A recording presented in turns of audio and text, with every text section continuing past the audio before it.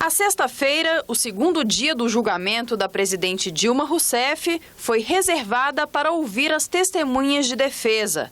Em quase 14 horas de sessão, 3 dos 6 indicados foram ouvidos.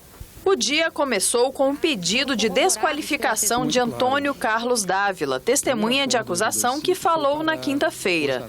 Em depoimento, o auditor do TCU assumiu que ajudou a redigir trechos da representação do Ministério Público. O documento recomendou a rejeição das contas da presidente Dilma Rousseff. O auditor auxiliou a parte para elaborar a representação que foi dirigida a ele fora das competências normais do Tribunal de Contas da União. É gravíssimo. Mas o ministro Ricardo Lewandowski não acolheu o pedido. Amanhã foi marcada por embates acalorados que envolveram até mesmo o presidente do Senado, Renan Calheiros. Ontem a senadora Gleice chegou ao cúmulo de dizer aqui para todo o país que o Senado Federal não tinha moral para julgar a presidente da República. Exatamente, senhor presidente, uma senadora que há 30 dias o presidente do Senado Federal conseguiu no Supremo Tribunal Federal desfazer o seu indiciamento e do seu esposo. Que baixaria. Que havia sido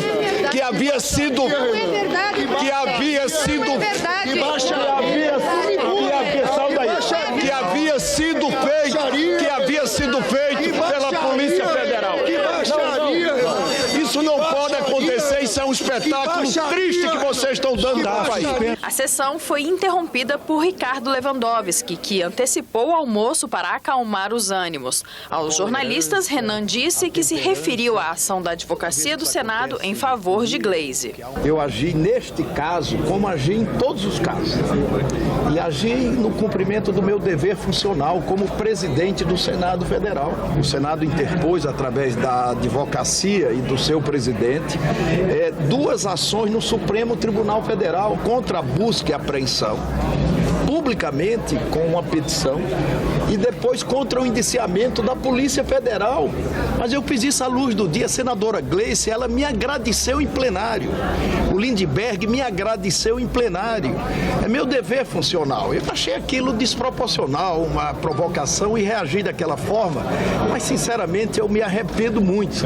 Porque como eu exercito diariamente a temperança, toda vez que isso acontece comigo, eu tenho ressaca, eu fico muito chateado. Acho que as coisas estão esclarecidas. Nós estamos num momento de muita tensão e muita dificuldade. O processo que nós estamos vivenciando aqui não é um processo comum, não é pequeno, é algo que realmente nos deixa tensos, tristes e indignados. No retorno do almoço, a acusação questionou se uma das testemunhas de defesa, Esther Dweck, seria assessora da senadora Gleisi Hoffmann.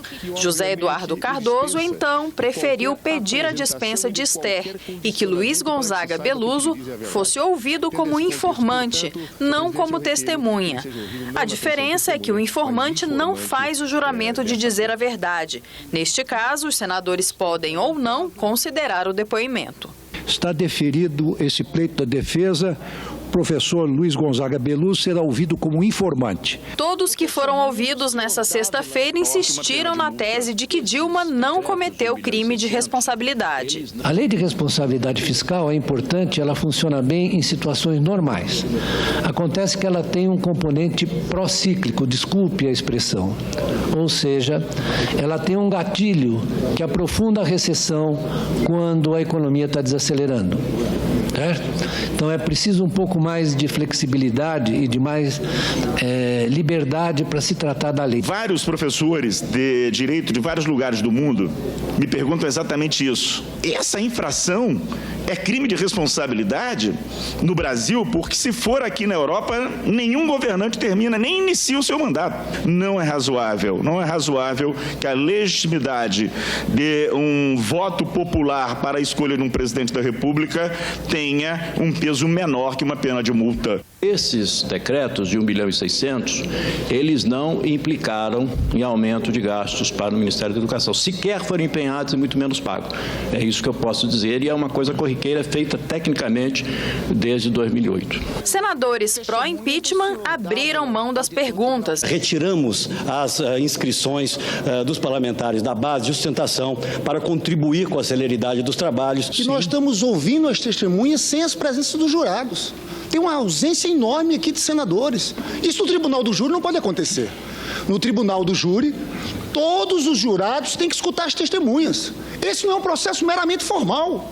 Sumiram, como se tudo tivesse decidido, senhor presidente. Essa questão aqui é uma questão gravíssima. Os senadores acompanham as sessões de seus gabinetes. Portanto, nem sempre a presença física significa a ausência do plenário. O único senador a favor do impeachment que fez questão de inquirir a testemunha foi Regufe, do Distrito Federal. Quem ganha as eleições deve assumir o governo. Mas isso não dá a esse governante o direito de ele fazer o que ele quiser. Ele tem que respeitar a legislação vigente do país. Tem que respeitar a lei de responsabilidade fiscal, tem que respeitar a lei orçamentária anual. Na saída, às 11h20 da noite, a senadora Ana Amélia fez uma análise dos trabalhos da sexta-feira. As testemunhas que ouvimos ao longo do dia de hoje e ontem foram praticamente as mesmas testemunhas que nós, ao longo de mais de 200 horas, na Comissão Especial do Impeachment, da qual eu fiz parte, ouvimos. É evidente que agora, como está se aproximando, digamos, o desfecho do processo e do julgamento, a tendência, como foi visto aqui, é, primeiro, de um tensionamento das relações entre os grupos pró e contra o afastamento da presidente Dilma Rousseff e também uma abordagem mais política e menos técnica também, né?